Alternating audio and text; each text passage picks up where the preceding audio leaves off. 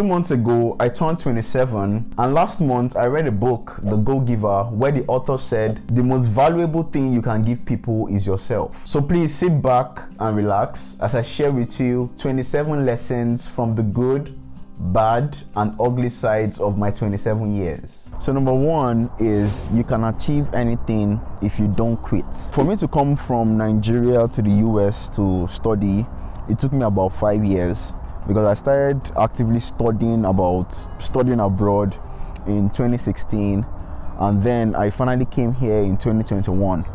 So I had like 3 sets of visa denials, one in December 2018, July 2019, then December 2020, before it was finally approved in July 2021. Imagine if I gave up after the second or third denial, I wouldn't have been here today. Number 2, be a giver. Human beings, we are naturally interested in ourselves. We want the best for ourselves.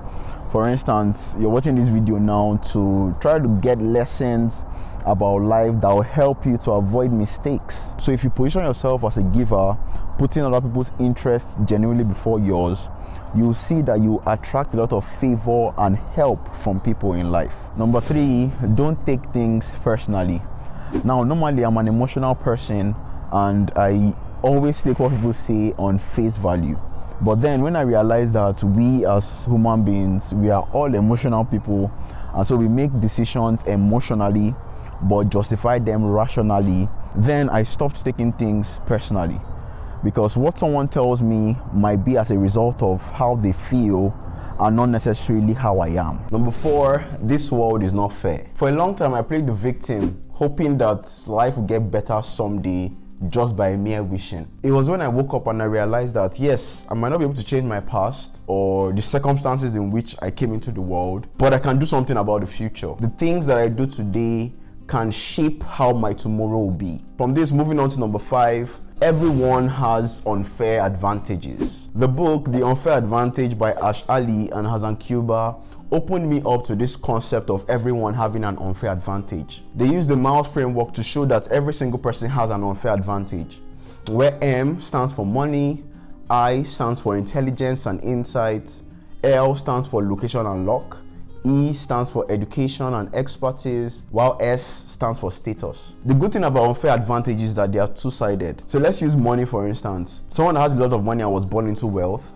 has an unfair advantage of the access to so much money. But someone else that was born into lack has an unfair advantage of knowing how to make the best of the little that you have. Whatever things that we're doing in life, it's important we leverage our unfair advantages to give us a head start. The next lesson is don't complain about anything. I learned this one from the 3 most important things by Mike Murdock. And what he was saying was we shouldn't complain about anything because we can always do something about it. So for instance, you might be in a job you don't like and you're complaining about it.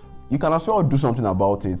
One of the things you can do is that you can resign. The second thing you can do is that you can start a side hustle. The third thing you can do is that you can speak to your boss to see how you both can create a conducive working environment for yourself. A lot of times I've been tempted to complain about this PhD program that I'm doing because really it can get intense. But then I also remember that I can do something about it. Bad as it bad, I can quit. I can leave the program and all of that. And since I don't want to do that, then I might as well focus and give it my best.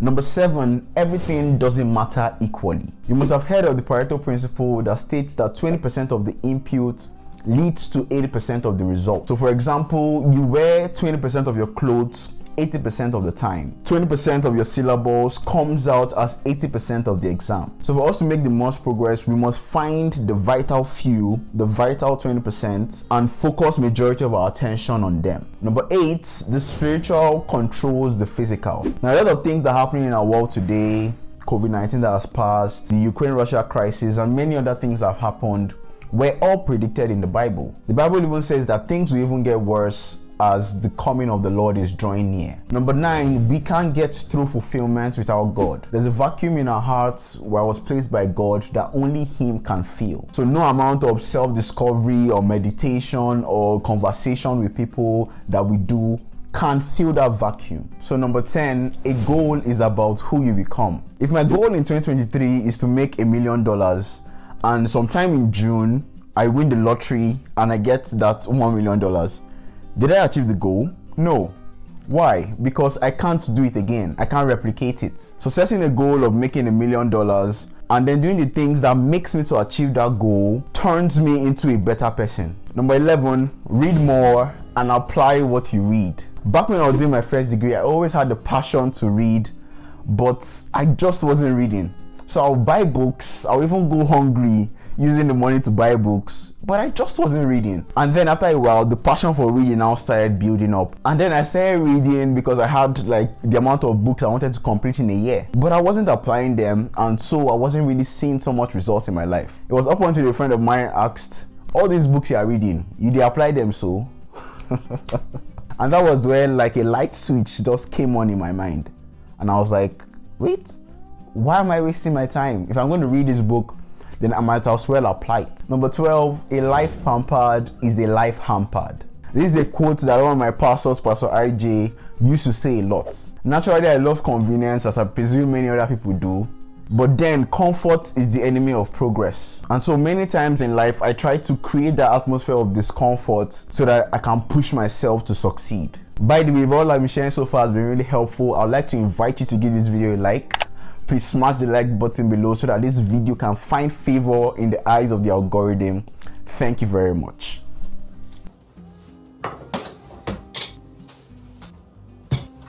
Number 13, good health is equal to diet plus exercise plus sleep. Alex Hormozi, who was formerly a fitness guy, was able to help people lose, I think, about 20 pounds within 6 weeks just by changing their diet.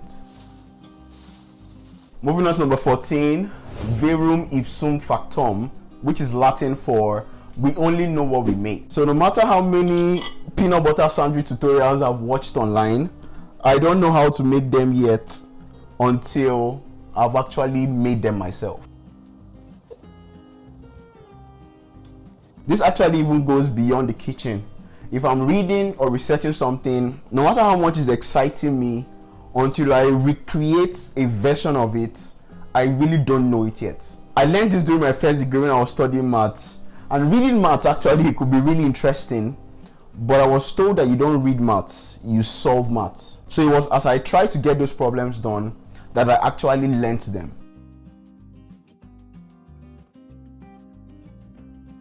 Number 15, quantity ultimately leads to quality. So when starting off my YouTube channel, I wanted to put out the best videos possible. And so I wanted quality. But I didn't have any degree in film production or anything of this sort. I wanted to use a month to make a perfect video. But soon enough, I realized that it's better I use a week to make a video and then the next week make another. Those 4 weeks are learning opportunities for me to actually ultimately get to quality. Number 16, kill comparison. When I realized that we're all gifted differently, and also that wow, there's actually no point of comparing myself with someone else. Now we cannot all be LeBron James or Lionel Messi. Yes, we can be great in our respective fields, but they might not be football and basketball because we might not be born with those talents. So the flip side, which is the mindset I decided to adopt, is to be the best I possibly can in my own field, the area that God has gifted me with special abilities in. Number 17, help people believe they can do it. One of the things that keeps me up at night is how I can help people to take action and see results in their life. Previously, I thought that the way to achieve this is through criticizing them. But after a while, I realized that what they actually need is motivation. A little motivation that, hey, you can do this. And then when they make small progress, small steps, I encourage them that, okay, wow, you're doing well already, you can still do more. And that gives them the momentum required to be consistent. And then after a while, they keep on doing it and get to see results. Number 18, mentorship cuts your journey short. So whatever journey that you may be undertaking, probably studying abroad, there is so much to learn and there are like so many things to do. Because of that, there are also so many mistakes that can be made. But getting someone who has done it before, a mentor, to guide you, to tell you, okay, this is what you do first, then this next, and then this third, helps you cut that journey because they've been on it before. They know what works and what doesn't work, no matter what popular opinion says. And then following their advice significantly reduces the number of mistakes you would have made if it was you applying on your own. And what number are we on again? Number 19, our brains are one of our best gifts. I remember reading Rich Dad Poor Dad, and that was one of the major lessons I learned from it. That I can think myself out of any financial situation I might be experiencing. And this cuts across all areas of life. So whatever challenge that I might be going through, yes, I can give people advice, but I also need to learn to advise myself. And that process of advising myself is thinking about it, getting quiet, penning down my thoughts, and just trying to brainstorm on whatever issue it might be. Number 20, talent is never enough. You must develop it. We read the parable in the Bible that Jesus gave about a master that had 3 servants. Gave one 5 talents, gave another 2, gave another 1. And then when he traveled and returned, the person that had 5 multiplied to 10, the person that had 2 multiplied to 4, and the person that had 1 only brought the 1. We see from that parable that everyone has talents, but we also see in life that not everyone becomes successful. Why is that? Because people don't develop it. There's even a book by John Maxwell called Talent is Never Enough. So as I discover my strengths, I have to develop them if I want it to feed me someday. Number 21, money is given in response to value. Growing up in Nigeria, where a lot of systems don't work, I developed the mindset of getting rich quick. I lost hundreds of thousands of naira to get rich quick schemes, and I also gained some. But looking back, I can see that I even lost more than I gained. But learning that money is given in response to value changed the game for me. So I can choose an area that I want to be valuable in, develop myself in it, and provide the value to people. And since value has been released, money would come to me. Number 22, adopt a creator mindset instead of just consuming. Let's face the fact, there's so much information out there. Some are good, while some are not. We can just keep consuming while we think that we are learning, but we are actually not. Remember the 14th lesson, Verum Ipsum Factum? It was until I got into the habit of creating YouTube videos, shorts, Instagram reels. I even have a newsletter that I send out every Friday, link in the description below. When I started doing that, then I discovered that I was actually learning more. Number 23, there won't be a perfect time to start anything. I wanted to start this YouTube channel in January, and I was waiting for the perfect day, but it never came. It was until a day in April when I had to pick up my phone, hit record, that the channel started. There's a proverb that says the best time to plant a tree was 10 years ago, the second best time is now. The thing about it is that 10 years time will come. At that time, will you be wishing that you have started what you wanted to do 10 years ago, which is this year, or you'll be happy that you started it? Number 24, don't think too highly of yourself. I used to be a very proud person. It was until I read the book, Ego is the Enemy, that I saw what the real problem was. And then I started looking for how to remain a student, always assuming the position that I don't know it all and I can learn from every single person. Wow, we're almost there. Number 25, get involved in things. That's how you get to discover yourself. There's no better way to know your strengths, to know what you're good at, to know what you're passionate about than getting your hands busy. There's a quote by Joseph Conrad that I love a lot. It says, I don't like work. No man does. But I like what is in work. The chance to find yourself. So when I learned this, instead of asking myself, oh, what's my purpose? Why am I here on earth? What am I supposed to be doing? I started getting busy. That's how I discovered, okay, I like teaching, but I don't like building things. But then when I teach, I get tired. And so are there other teachers that don't teach for so long? And I discovered that, wow, I'm better suited as a coach. Number 26, think long-term when making decisions. There are many decisions that don't really have good short-term benefits, but they have massive long-term benefits. For instance, starting a business, starting a YouTube channel, starting a blog. The day-to-day decisions of recording videos or writing articles could be really tasking and you might not see the benefits. But with time and consistency, 5 years down the line, 10 years down the line, you're happy you made that decision. And finally, number 27, failure is how we learn. In school and in university, we are taught that failure is a bad thing. But we see in life that failure is actually good. There's an analogy that I usually ask people, and I also want you to think about it as well.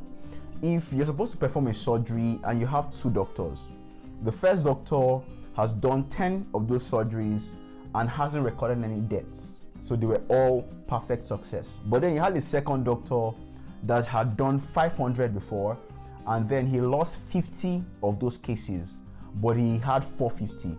which of those 2 doctors will you choose? I presume you choose the one with more failures. Why?